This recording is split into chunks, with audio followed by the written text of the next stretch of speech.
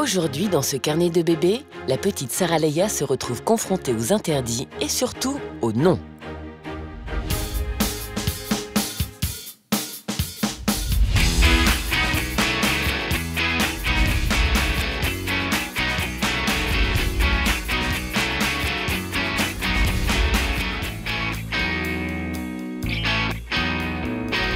À bientôt 10 mois, la petite Sarah Leia est de plus en plus mobile. Cela lui permet de s'approcher de toutes sortes d'objets qui lui étaient jusqu'alors inaccessibles. Certains d'entre eux peuvent être dangereux ou tout simplement fragiles. Il est donc temps de réfréner les ardeurs de notre petite exploratrice et d'introduire le non et l'interdiction dans sa vie.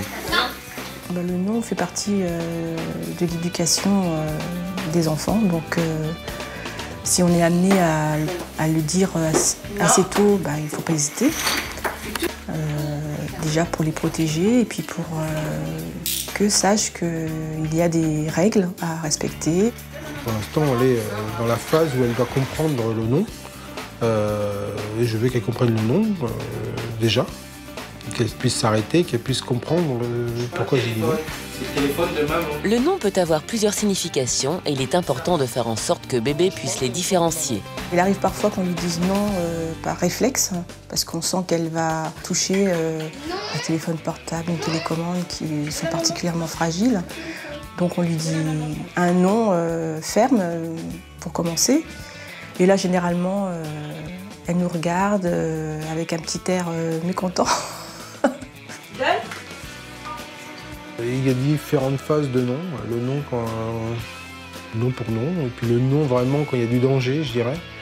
Et là, je change d'intonation et en plus, je fais un geste avec la main pour bien lui faire comprendre que là, j'en veux pas, quoi. Donc le geste de non avec le doigt ou avec la main, ça dépend.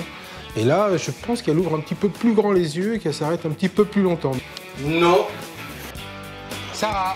Le non n'est pas synonyme de punition. C'est un outil éducatif pour aider bébé à comprendre où se situer dans son monde et ce qu'il peut ou ne doit pas faire.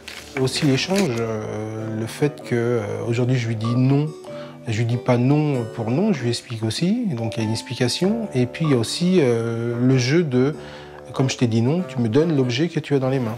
Papa, il a dit non.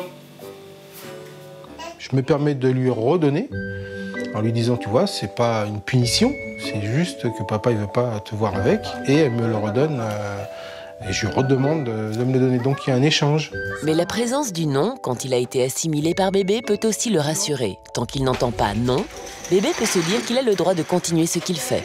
Le fait de même d'entendre des noms régulièrement, elle sait qu'on veille sur elle, ça lui donne, moi je trouve, un certain aplomb pour faire sans frayeur de nouvelles choses, quoi. Aujourd'hui, elle l'a assimilé, elle sait ce que c'est que le non. Je pense elle le comprend bien. Et je pense qu'elle a compris les deux significations du non, quoi. Le non-non et le non danger, plus sec, plus direct. Dire non à Sarah, c'est important, ça fait partie de son éducation. Par expérience, je sais qu'il ne faut pas hésiter. Je pense que ça lui donne de l'assurance et je vois que ça lui permet d'évoluer en toute quiétude et sans peur parce que je pense qu'elle a intégré des choses qu'elle sait qu'on peut faire et qu'on ne peut pas faire. Ça peut que l'encourager à explorer une nouvelle voie, parce qu'elle a que 10 mois et il y a encore plein de choses à découvrir.